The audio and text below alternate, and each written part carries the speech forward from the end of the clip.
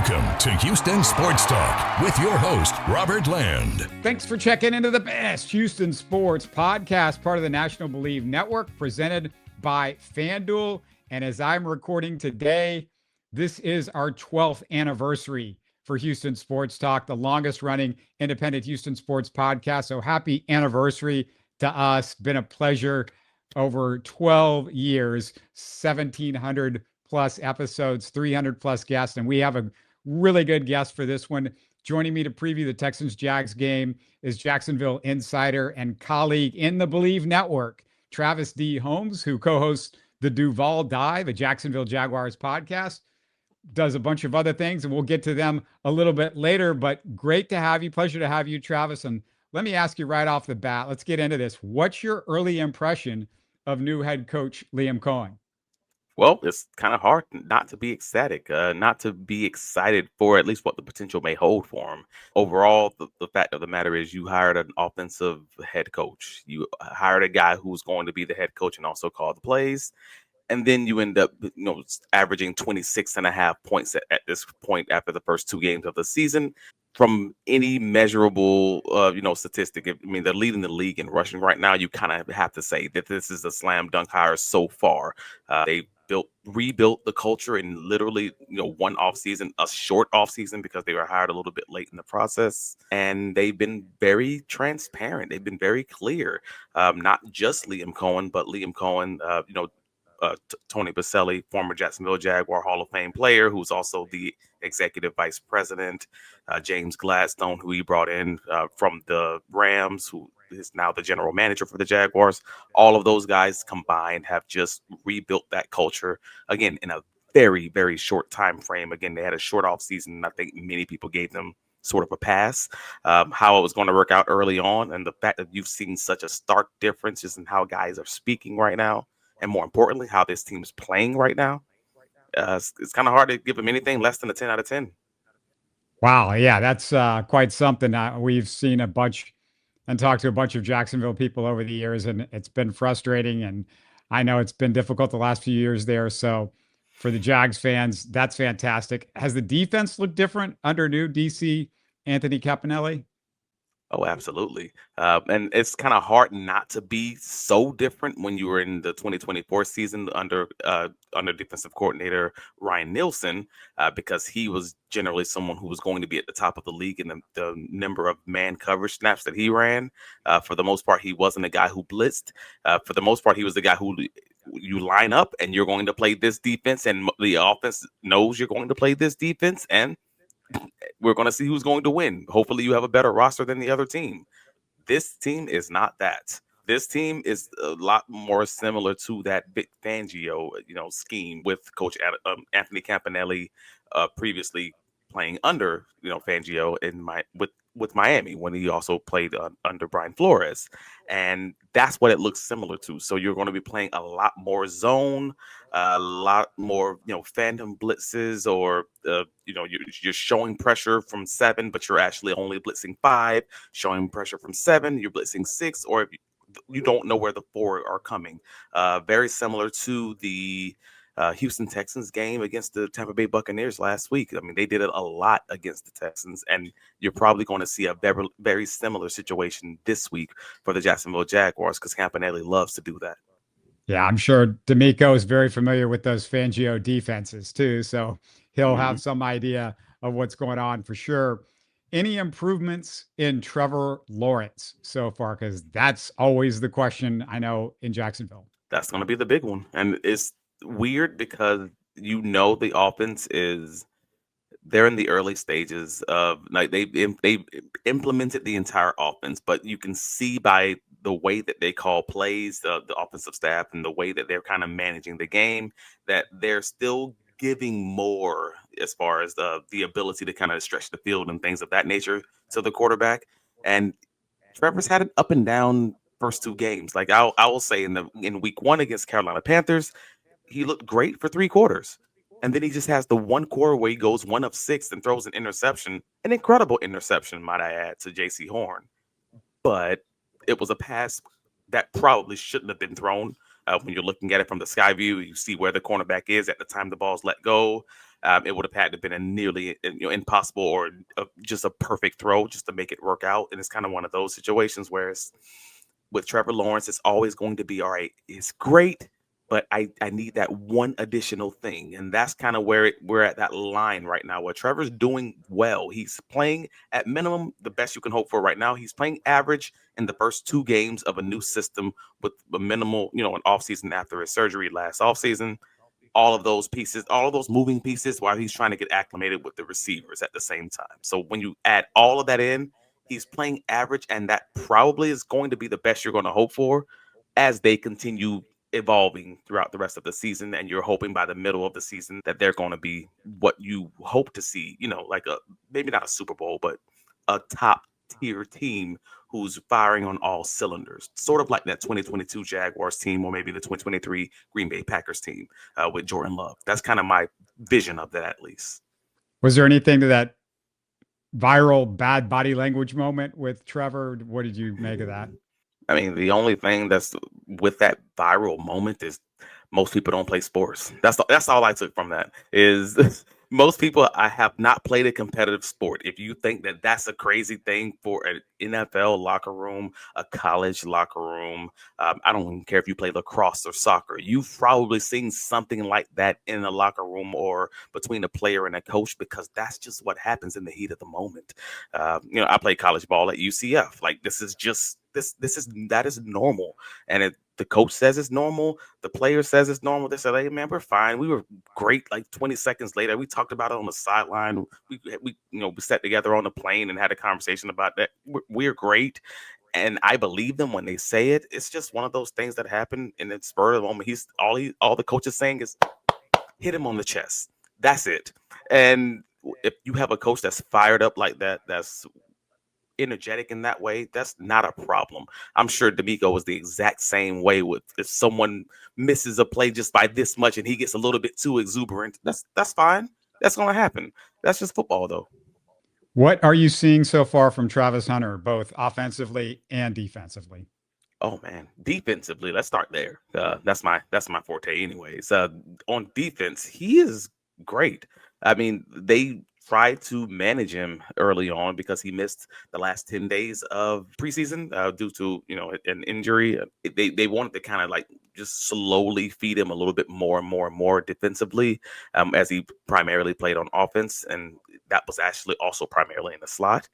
But then as Jarian Jones got hurt in week 2 of the last week against the Cincinnati Bengals, he ended up playing a full slate at cornerback simply because he's the best guy they have at that point. And so what probably was planned not to necessarily be 42, 43 snaps ended up being just that. And I believe the starting defense all played like 49 snaps. So he basically played the vast majority of the game on both offense and defense last week.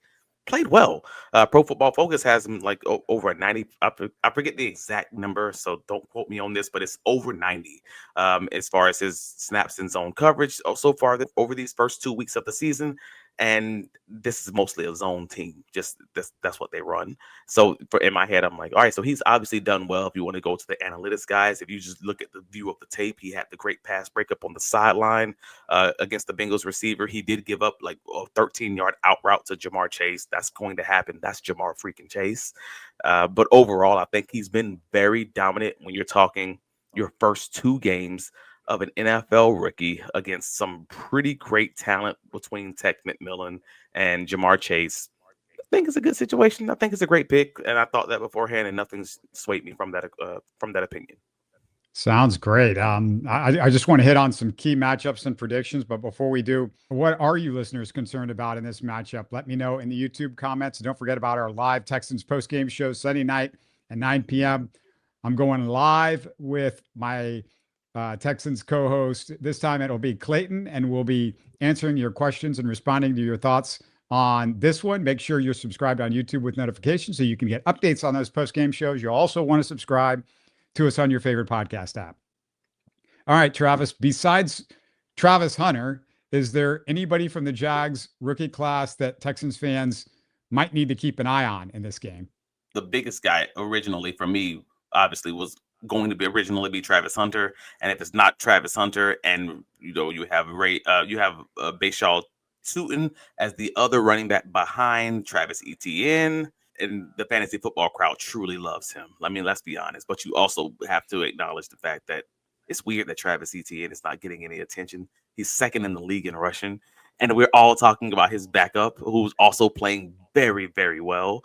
But yeah, Bayshaw too, he just looks different. He looks like a different type of dude when he gets the ball in his hands. That second gear that he has. I mean, he scored a touchdown on a screen pass against the Cincinnati Bengals where he ran the wrong play. He told the media just today at the end of practice, hey, I don't know if you guys knew, but I actually missed the can play on this one. It was supposed to be a screen to the right-hand side, and I actually ran thinking it was a chip to the left, and Trevor Lawrence just found me, and I just made the guy miss in space and scored the touchdown. And I'm just like, this is that he does look just special. He does look different, so that's probably going to be my pick. He's the Jaguars' second pick in the draft, third pick overall. I'm sorry, he was the fourth pick. Caleb Ransall was the third pick, who's on IR now. And nevertheless, the guy just seems to have the juice, as the kids, as the kids like to say. Like, he's just that gear that he has is going to give the Jacksonville Jaguars a two-headed monster that I'm not sure a lot of teams are kind of ready for. But that's definitely my guy. Before we get to the key matchups, I took a peek at the latest point spread from our friends at FanDuel. Jacksonville's favored by 1.5. It's worth pointing out that the Texans have won the last 7 games at Jacksonville. What do you think of the spread, Travis? Will the Jags break the streak and cover this one? I Bleav that the Jaguars cover the streak, but at the same time, I understand why Vegas has the spread at what it's at. There's not a lot of national belief in Trevor Lawrence as a quarterback, and folks also understand that these streaks matter. The fact that the Houston Texans have beaten the Jacksonville Jaguars at home so many times, I Bleav it was like 10 out of their last 11 games or something along those lines. That matters to people in the media. That matters to bettors, even for that matter, especially if you're superstitious like that. But overall, I have to Bleav from what we've seen in these first 2 weeks of the season, if you're giving it any weight, we'll say, running a similar offensive scheme between the LA Rams, between the Tampa Bay Buccaneers, and now following up the third Sean McVay system, offensive system that the Houston Texans will be facing this week. I just have to Bleav they're going to have some success via the air and also on the ground, especially following that Monday night matchup where the Tampa Bay Buccaneers put up 170 yards rushing. I have to Bleav the Jaguars, who lead the league in rushing, will have similar success, whether that's 160, whether it's 200 yards. We'll see where that lands. But because of that, I think a lot of bettors, again, don't trust Trevor Lawrence necessarily, and that's where the money's coming in, make that spread a little bit smaller. But overall, I do Bleav the Jaguars win this game, and I don't think it's close. That's going to be interesting because the Texans feel like their backs are against the wall after going 0-2, and they've definitely got a bunch of stuff to clean up. I would say to stay away from this one just because the Texans play the Jags so well, but I'm also scared from what I've seen from the Texans at this point. The Texans do have some good news in this game. Christian Kirk's going to play his first game as a Texan against his former team, so that should be kind of fun. Both of the Texans veteran slot receivers back in the lineup, with Braxton Berrios returning to center. Jake Andrews, who missed last week because of an injury, is back at starting center. He's outplayed Jarrett Patterson to this point, both in the spring and in the couple of games that they've played, although it's pretty close between those two guys. It's not a major difference, but something to look at. Backup cornerback Jalen Smith has missed practice this week with a hamstring injury. That's really the only new injury. Joe Mixon is frankly the only key injury for the Texans at this point, although he's a big deal. And I don't know if he's going to be back this year. How's Jacksonville's health, Travis? For the most part, Jacksonville is reasonably healthy also. And you have the Brian Thomas Jr., who just popped on an injury report on Thursday for the first time with the wrist injury, which Coach Coen stated on Monday that's been a lingering issue all offseason. It wasn't anything that limited him. It was just something that they've kind of just been aware of from a distance. But he's still been a full go as far as practice is concerned. He hasn't needed to leave the game for a play to receive an injury designation or anything along those lines. And then you have Ezra Cleveland, the Jaguar starting left guard, who didn't practice on Wednesday and didn't practice on Thursday. So that's going to be a conversation, or at least a question, on whether or not he's going to play. I personally feel, based on Coach Coen's comments, all week. I mean, literally as of the time he's leaving the game and his post-game availability, he's stating, hey, we came out reasonably healthy. We have a few guys that we're going to need to manage throughout the week, but we should be good. Those were his words leaving the game. And then we see Ezra Cleveland not practice on Wednesday and Thursday. My presumption is that he's going to end up practicing in a limited fashion on Friday and probably going to play, is my guess, with this ankle issue.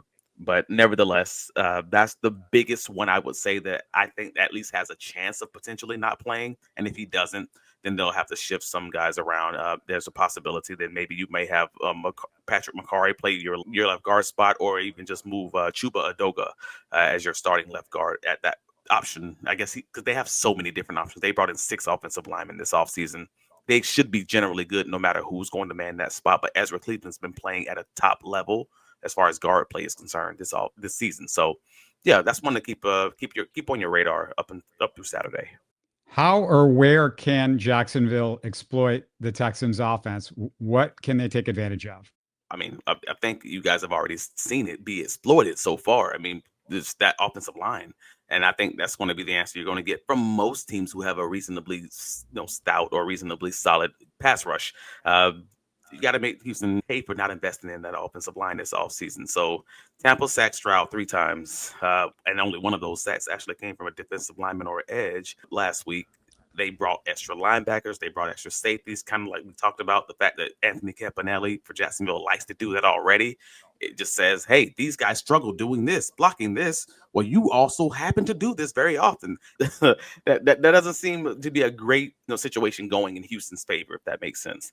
And the same thing happened against LA in week 1, who also sacked Stroud again 3 times, one from a safety and one from a linebacker. It was the same situation. It's going to be a test that Houston's going to see all year. Can they block these guys? Can they figure out where the extra rusher's coming from? Or can CJ Stroud figure out a way to get the ball out of his hands and make them pay and make them stop blitzing? If he can't, this is going to be a week in and week out conversation. But to your point earlier on, you stated, I mean, this is the first time we're going to see Christian Kirk play this season.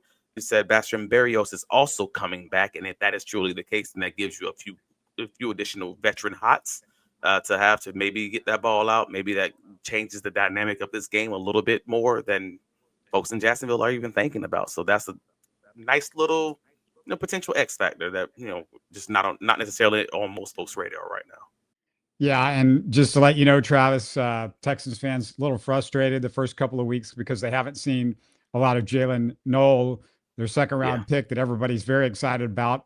Really a lot of potential for a slot receiver. And without those other 2 guys, they thought we were going to see a lot of him. Instead, it was a lot of Justin Watson last week, which, the Chiefs fans know very well that experience. And it's kind of not the best experience, I guess. And so they really didn't get a whole lot from him. Offensive line wise, yeah, the Texans, they've got some issues there, but it's mostly so far been the left guard. Ursary had a really good week last week. And when he's left at left tackle, the rookies look not too bad. Right tackle, Titus Howard, he's pretty solid. It's just, that left guard, I think is a big deal. Jake Andrews looked really good in week 1. So we'll see how it plays out. Ed Ingram was back last week and he had a great week at right guard. So that's going to be really the matchup, I think, of the game. If the Texans can, get some consistency going on the offensive line. You mentioned Stroud. I mean, Stroud, I think he's got to be better more than anything of identifying what he needs to do in blitz situations because, that seems to be a consistent issue with him. Where can the Texans attack the Jags defense? What is their weakness right now? I mean, if you were to ask Jacksonville Jaguar fans, they're going to tell you that you got to attack the secondary. You got to attack the safeties and the corner play.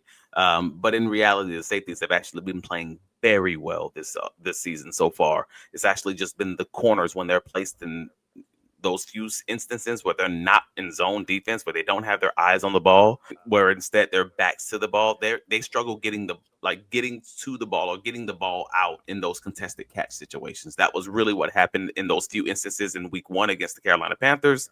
and more importantly, in week 2, during the loss against the Cincinnati Bengals, nearly all of those touchdowns that took place were on isolation routes, like sideline routes, back shoulder fades, or just straight go balls, etc., where the defensive backs were just beat off the line and they just couldn't get their head around and find the ball, in transition. So like those isolated situations, those high variance plays, those 50-50 balls, that's when your Nico Collins can make the Jacksonville Jaguars pay on those few times they choose to call a blitz and they're playing man coverage on the backside. Or those situations if you have a Christian Kirk and the slot corner just can't run with him or something along those lines. Those situations are where Houston can truly do some serious damage. Again, I mean, they just lost a game against Jake Browning because they couldn't play man in those few times that it was called. That's kind of what it's going to come down to. Is like most games in the NFL, it's going to come down to those 2 to 3 plays where if the offense doesn't miss the throw, or if they pick up the block, or if they don't drop the ball, or whatever it may be, there may be a potential opportunity for them to get 7 on an explosive, and it just changes the dynamic of the game. That's kind of where we are with this. Does Houston have the ability to block this Jacksonville front to give them time to expose anything on the back end for the Jaguars? And will they make those plays when they do have them open? Will CJ be able to hit the guy and not overthrow them, not miss those 1 or 2, and have fans like kicking themselves like what could have been, what if? Those are the questions that we have yet to see, and we're going to have to wait to Sunday to get answered. What matchup scares you from a Jags perspective when you look at the Texans D versus the Jags offense? Whew, that's an easy one. I mean, Danielle Hunter all day. Like Danielle Hunter versus Walker Little for the Jacksonville Jaguars the Jacksonville Jaguars left tackle Walker Little is absolutely the matchup that I Bleav is probably circled on a whiteboard somewhere in the Houston Texans, locker room, just because the fact of the matter is Walker Little gave up 2 plays in week 2 that just changed the dynamic of the game. And now I say 2 plays, even though one of them actually was reviewed and called back. I'm referencing the first play being Trevor Lawrence's interception in the end zone in week 2. That came because Walker Little was beat by Trey Hendrickson as Trevor Lawrence is throwing the ball. The ball is underthrown and it's intercepted in the end zone. Cincinnati goes right down the field and scores a touchdown. That's a 14-point swing right there. Then later in the game, Trey Hendrickson again beats Walker Little as Trevor Lawrence is throwing the ball. It looks like it's a fumble. It's recovered by Cincinnati and they run it back for a touchdown. It then gets reviewed by the referees. They overturn the fumble and give the ball back to Jacksonville. But again, that was a 3rd down play. It matters in that way, and it's not, but it's that close to being another 14-point swing. And there's no way that the Houston Texans saw that film and didn't say, that's our guy. This is on you, Danielle. You got to beat that guy, or you have to make Jacksonville chip with the tight end and chip with the running backs all day and change what maybe they want to do. But after coming off of a game where he had 2 sacks and a forced fumble, I have to Bleav that they're thinking, I can do that too. That I can change the game. I can win the game potentially by beating that one guy. That's the matchup of the day for me. That should be fun because that is 2 Houston area high school kids going at each other. Walker Little, Episcopal product out of Houston. So that's going to be sort of a game within a game for sure. Do you see any area the Jags can exploit the Texans offensively? Of course, the Texans run defense is the obvious answer. Was a catastrophe Monday night. I'd assume D'Amico is, focusing long and hard this week for that on Sunday. Yeah, I mean, but it's funny because the Jaguars already, that's who they are at their core. That's who they want to be. They want to be a run-first team, just like the Tampa Bay Buccaneers in 2024. It's the same. It's Liam Coen. I mean, he, even in Tampa, wanted to be an efficient offense, which means he didn't care if they only got 4 yards a carry. Like, he thought that was a win. Because if I get 4 yards a carry, I'll run the ball 3 times every time, and I'll just pick up a first down every time. And I'm okay with that. That is who this guy is. That is who this Jacksonville Jaguars team is also, in my opinion. They opened the season up with a 200-yard rush game in week 1. And then they're leading the league in rushing so far and across those first 2 games. And they're a leading team in the lowest percentage, of run stuffs that they've gotten over these first 2 games in the season. Travis Etienne specifically is averaging 3.4 yards before his initial contact on his rushes. Next closest guy is Jonathan Taylor at 1.9. So like you having something where the Jacksonville Jaguars have a strength of running the ball and wanting to run the ball because to prove that they're physical, and the Houston Texans team, who was recently on Tuesday night against the former team for this head coach, struggled to stop the run, giving up 170 yards on the ground. The blueprint cannot be more obvious. Run the ball with these running backs, throw the ball to these running backs, because again, Houston also struggled in the screen game to those two backs in Tampa Bay just last week. You make them show you that they've adjusted and that they plugged all those holes from last week, and if they haven't, you hammer it and hammer it and hammer it, and that if that's how you win the game, then so be it. You'll win the game in the most boring fashion ever, while they don't stop the thing that you've known was an issue walking into the game. It is worth noting the Texans defense under D'Amico ranked 25th in tackling his first season, 26th last year, and 27th so far this year. Kind of embarrassing from a defensive-minded coach who was the elite tackling middle linebacker in Houston just 15 years ago. And Travis, Well, I'll let you close this out. Any final thoughts on the game? Do you have an X factor, maybe a particular player or something that we haven't mentioned yet? I mean, Danielle Hunter was my X factor. Like I just question how that's going to go, because if it's not, I think the way that the Houston Texans end up winning this game truly does come down to that pass rush for you guys. And I don't believe that Will Anderson is going to have much success against Anton Harrison, because historically he has not. That's not to demean the man. I think he's a great player. It's just in those matchups, normally Anton Harrison, Jacksonville Jaguars right tackle, gets the best of that. So I think the way that Houston truly makes Jacksonville change what they're doing is simply by Danielle being unblockable. And if Hunter is able to continue wreaking havoc on Walker Little, I just think that just changes. It makes it so that they only have three guys in routes, which makes it even easier for Houston to cover those guys. And it just makes it so much so that the Jacksonville Jaguars become a little bit more predictable. But also, I've thought all offseason, and I've said this on Wednesday's Duval Dive podcast, that I thought all offseason that Christian Kirk had this week circled for the game for him to return when he got that offseason, the hamstring injury. Because I mean, if I'm playing for a team and I have a great, multiple great seasons, I've kind of renamed myself. I've been one of the highest paid receivers on the market at one point, and they end up trading me for what's effectively a throwaway pick to it in the division. I want that game.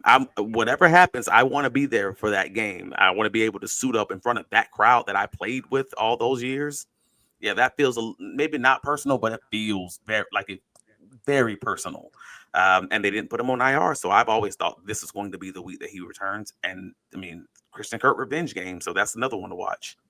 Yeah, no question about that. The over-under is 44.5, according to our friends at FanDuel. And I continue to be shocked, Travis, that they've put more than 6 touchdowns on the Texans games this year and the over-under for the third straight week.